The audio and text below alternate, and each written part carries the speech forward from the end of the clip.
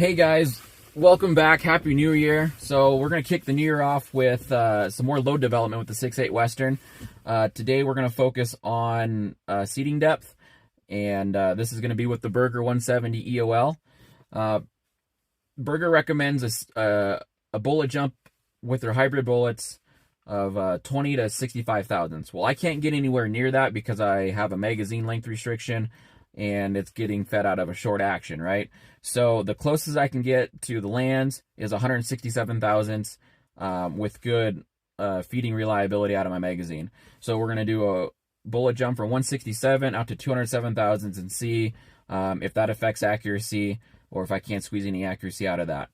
We're going to be shooting these at 100 yards, and I did have one viewer from my previous video about shooting the Berger 170 say that I should be shooting these high ballistics coefficient bullets at 200 yards because it kind of takes about that distance for the ballistics coefficient to kind of kick in and work with you when it comes to stabilizing the bullet or getting good groups on paper.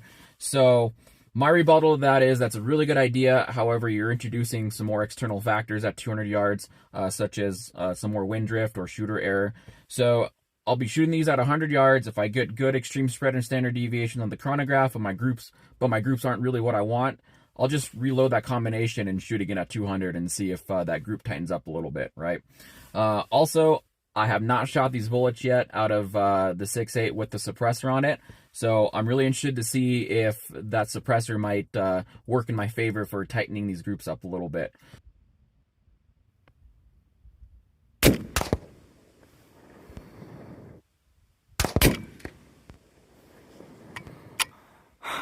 This live radar is having a hell of a time trying to pick up these shots with it being suppressed.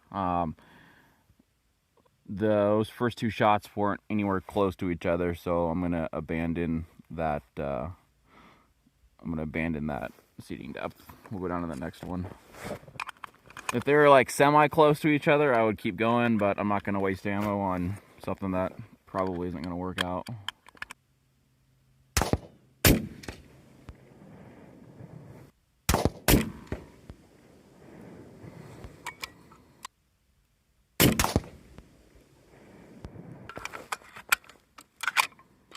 Alright, this group is showing really good potential, so I'm going to shoot a fourth round. I'm still not picking up any numbers on the lab radar, so we'll just go by groups, and I might have to come back later and just shoot without the suppressor and burn up some ammo to get some numbers.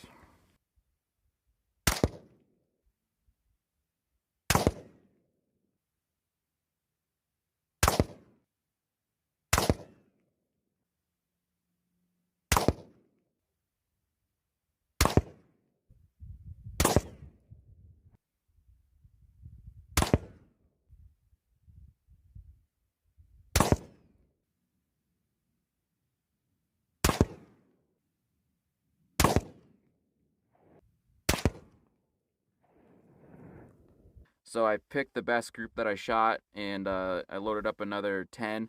I'm going to shoot 5 unsuppressed and just gather some numbers. I'm not really looking for accuracy, just because I'm shooting without a suppressor and there's no muzzle brake on the end of it.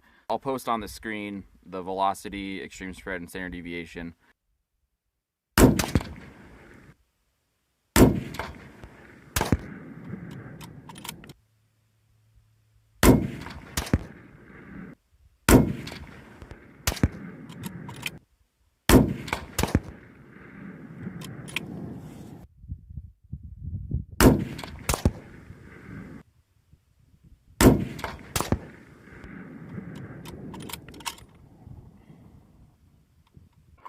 All right, I walked that target up to 375. We'll throw this. I got the suppressor back on it, and we'll see what size of group we get. Really, no particular reason for 375. I just walked it out and got tired of walking.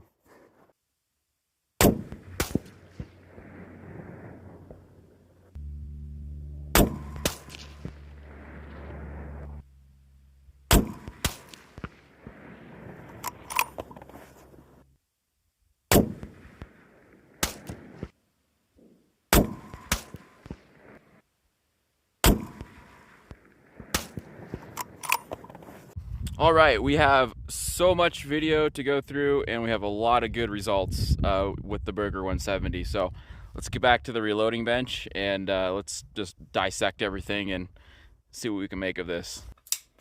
Okay, so what did we learn from all the shooting?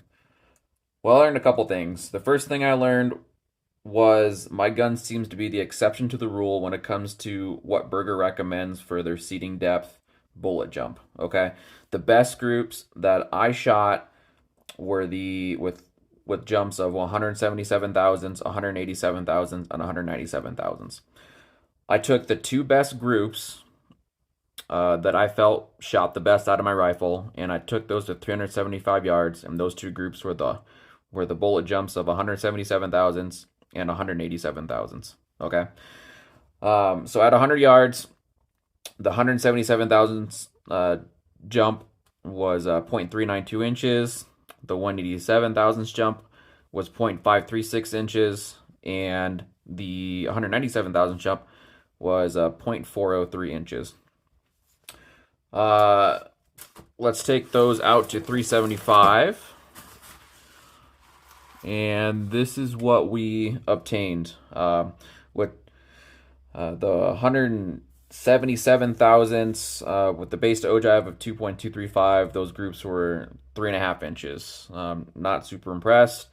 However, seating it 10 thousandths deeper to 187 thousandths with the base to ogive of 2.225, I got a 1.2 inch group. So that's really good. Good enough that I'm going to continue to reload with this combination. And the next lesson I already knew because I've been reloading for a little while and I've been shooting suppressed for a little while, but maybe you guys didn't know this, but suppressors really do affect reloading in a positive manner, okay? And this is really evident with our suppressed groups and unsuppressed groups, okay? So these two groups here were with 177 thousandths jump. The base to ogive was 2.235. Both these groups are shot at 100 yards, okay? Look at the drastic change between suppressed and unsuppressed. Night and day difference.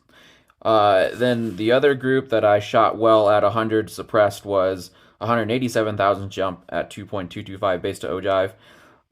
Take a look at that group, and then look at this fella here. Same load at 100 unsuppressed. Granted, it's only 2 shots. That was all I had left for the day. But I didn't need to shoot anymore because it was pretty evident that this group was going to be a lot wider, a lot bigger than what it was going to be at 100 yards suppressed. And the last piece of information is going through our velocity numbers.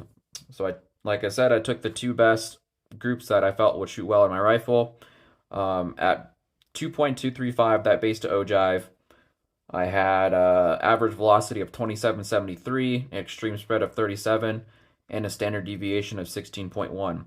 And that was with that one weird flyer of that 2802, that velocity of 2802. If I took that 2802 out and just ran the 4 numbers that were closer to each other, my average velocity was 2766, extreme spread of 5.6, and my standard deviation was 2.3. Moving on to the 2.225 base to ogive, or the 187 thousandths bullet jump. Just the 2 shots. I only had 2 shots, so it was those 2 shots that I shot unsuppressed. And I know it's going to be, it's not the best sample size. I get it. I will shoot it again at a later date, and just to confirm that this is going to be a good solid load. But I had an average velocity of 2759, an extreme spread of 8, and a standard deviation of 5.6. Just learning something really quick off of this. This velocity didn't change all that much from the 2.235. So seating that bullet 10,000 deeper didn't change velocity all that much. It did drastically change the group size. Well, that should cover this reloading session. If you guys have any questions, comments, concerns, please let me know. Also, if you guys are into knives, check out my previous video on how I made this cool bug out. Thanks again, and we'll see you on the next one.